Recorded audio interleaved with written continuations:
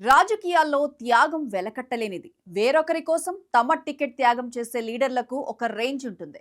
పొత్తుల రాజకీయాల్లో ఇలాంటివి మనం చూస్తూనే ఉంటాం. ఏపీలో 3 పార్టీల కలయికతో చాలా మంది లీడర్లు తమ టికెట్లను త్యాగం చేశారు. వారిలో చాలా మంది ఆయా పార్టీల్లో దశాబ్దాలుగా సేవలందిస్తున్న వారే. అటువంటి నేతలు టికెట్ త్యాగం చేయడం అంటే గొప్ప విషయమే. మరి అలాంటి వారికి నామినేటెడ్ పదవులను కట్టబెడుతున్నారు కూటమి పెద్దలు. ఇప్పటికే పలు విడతల్లో చాలా మంది లీడర్లకు నామినేటెడ్ పదవులు దక్కాయి. అందులో కొందరికి కేబినెట్ ర్యాంక్ హోదా కూడా దక్కింది. అయితే ఇప్పుడు మిగిలి ఉన్న పదవుల భర్తీకి రంగం సిద్ధమవుతోందన్న వార్త ఆశావాహుల్లో ఫుల్ జోష్ నింపుతోంది. మరి ఆ ఛాన్స్ దక్కించుకునే లక్కీ లీడర్స్ ఎవరు?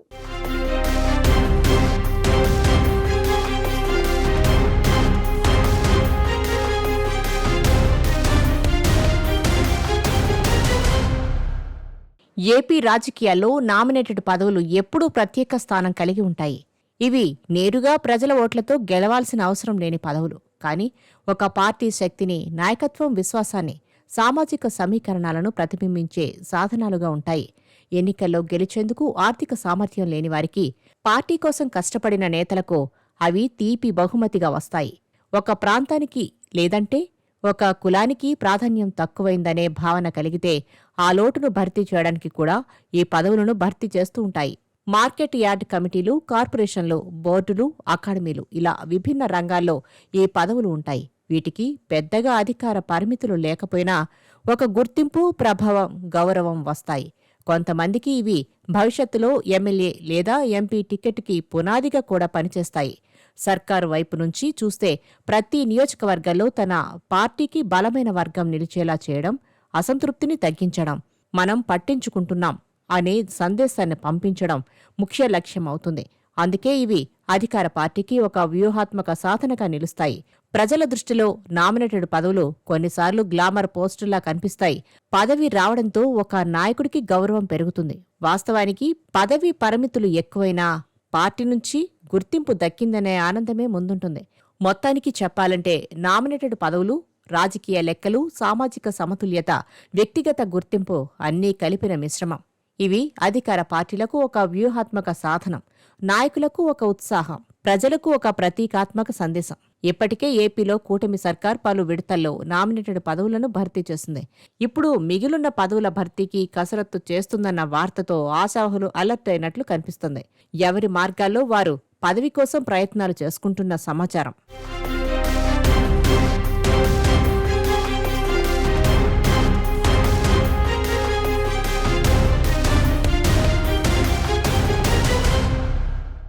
ఏపీలో 3 పార్టీలు కూటమి కట్టడంతో చాలా మంది పొత్తులో టికెట్ కోల్పోయారు. వారంతా నామినేటెడ్ పదవులపై ఆశలు పెట్టుకున్నారు. కానీ ఇప్పటికే ప్రకటించిన పదవులు కొందరికి దక్కనప్పటికీ 3 పార్టీల్లో చూస్తే ఆశావహుల జాబితా కొండవీటి చాంతాడంతుంది. వారందరికీ అవకాశాలను కల్పించాలంటే పదవులను కొత్తగా సృష్టించాల్సి ఉంటుంది. టికెట్టు రాకపోతే కండువాలు మార్చేసే నేతలున్న నేటి రాజకీయాల్లో ఎలాంటి పదవులు ఆశించకుండా పార్టీ పెట్టిన తొలి రోజు నుంచే పవన్తో ప్రయాణం చేస్తున్న నాయకులు జనసేనలో చాలామందే ఉన్నారు. వారందరికీ న్యాయం చేయాల్సిన అవసరం ఉందని పార్టీ కేడర్లో ఎప్పటినుంచో వినిపిస్తున్న టాక్. అయితే జనసేన నుంచి మాత్రం చాలామంది ఆశావహులు పదవుల కోసం పరితపించిపోతున్నారు. ఇప్పటికే కొందరికి అవకాశం వచ్చింది. కానీ పెరిగిన బలానికి తగ్గట్టుగా నామినేటెడ్ పదవులను జనసేనకు కేటాయించాలని డిమాండ్ వినిపిస్తుంది.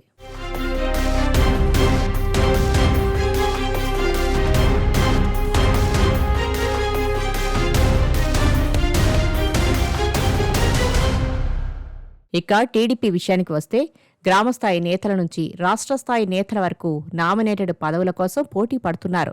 వేల సంఖ్యలో ఆశావహులు పోటీ పడుతున్నారు. అందరికీ పదవులు ఇవ్వాలంటే కష్టం.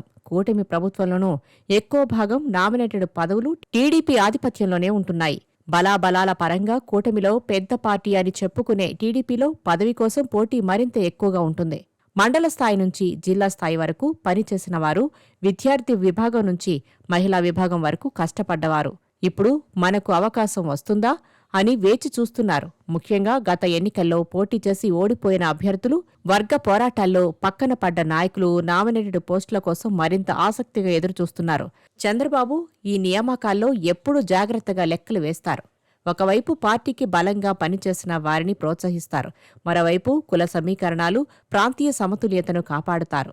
ఉదాహరణకు ఒక ప్రాంతంలో టికెట్ రాకపోయిన వర్గానికి నామినేటెడ్ పదవులు ఇస్తే అసంతృప్తి తగ్గిపోతుంది. ఇలా ప్రతి నియామకంలో వ్యూహం దాగి ఉంటుంది. టీడీపీ ఆశావాహుల కోసం నామినేటెడ్ పదవులు ఒక గౌరవం మాత్రమే కాదు, భవిష్యత్తులో టికెట్కు ఒక పునాదిగా కూడా మార్చవచ్చు. కొన్ని సందర్భాల్లో ఒక చిన్న పదవి పెద్ద రాజకీయ అవకాశానికి మెట్టు అవుతుంది. అందుకే ఈ పదవుల కోసం టీడీపీ వర్గాల్లో ఎప్పటికప్పుడు చర్చలు జరుగుతూనే ఉంటాయి. మొత్తానికి టీడీపీకి నామినేటెడ్ పదవులంటే పార్టీకి కష్టపడ్డ వారికి గుర్తింపు ఇవ్వడం, రాజకీయ సమీకరణాలను సరిచేయడం, భవిష్యత్తు నాయకత్వాన్ని పెంచడం అని చెప్పొచ్చు. అటు బీజేపీలో కూడా చాలా మంది ఆశావహులు ఉన్నారు. ఏపీలో ఆ పార్టీకి పెద్దగా బలం లేకపోయినా కేంద్రంలో బీజేపీ అధికారంలో ఉండడంతో కేంద్ర సహకారం కోసం ఆ పార్టీకి ప్రాధాన్యత ఇవ్వక తప్పని పరిస్థితి.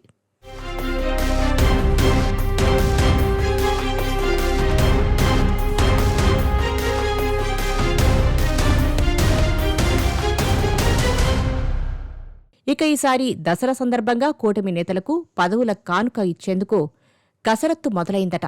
అంతేకాదు, చైర్మన్ పదవుల భర్తీ, అలాగే కొందరికి ఏకంగా కేబినెట్ హోదాలు కట్టబెడుతుండటంతో తమకు కూడా కేబినెట్ హోదా దక్కుతుందన్న ఆశతో ఆశావహులు ప్రయత్నాలు చేసుకుంటున్నారట.